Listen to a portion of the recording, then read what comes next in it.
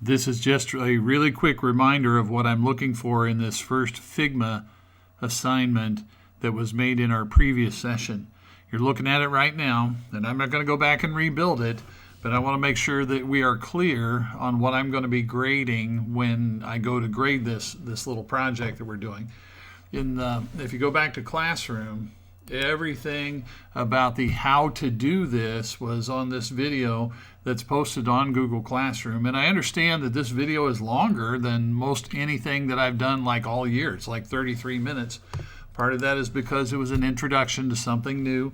But I'm also giving you time to finish this up if you need to. So let's make sure we work through it and work to get it done. Here are the things I'm going to be looking for. You'll have to construct 3 different screens. You see them right here. I've got them in front of you. They're going to need to be labeled with the type tool with text. And all the how-to for that is in that other YouTube video. Each one is going to have a picture. I provided these pictures on Google Classroom if you would like to use them, or you could use some other school appropriate picture.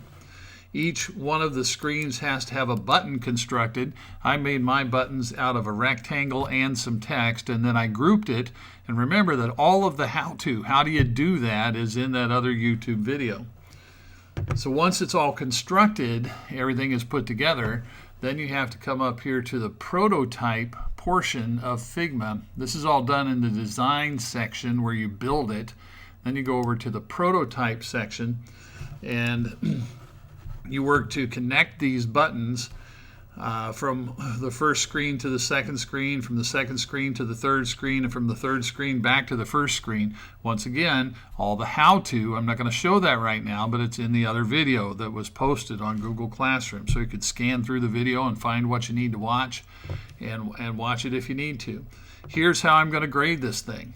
When I click your link that you turn in, I'm going to go over to the prototype area. I'm going to hit this play button up here. It should open in a new browser window or a new browser tab. And I'm going to check the functionality of your buttons here, right? I'm looking at screen 1. If I click next, it ought to go over to screen 2. If I click next here, it ought to go to screen 3. And if I click this home button, it ought to go back to screen 1.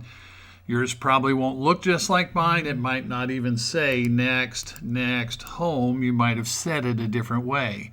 That's okay. You get to be creative on this with exactly how it looks.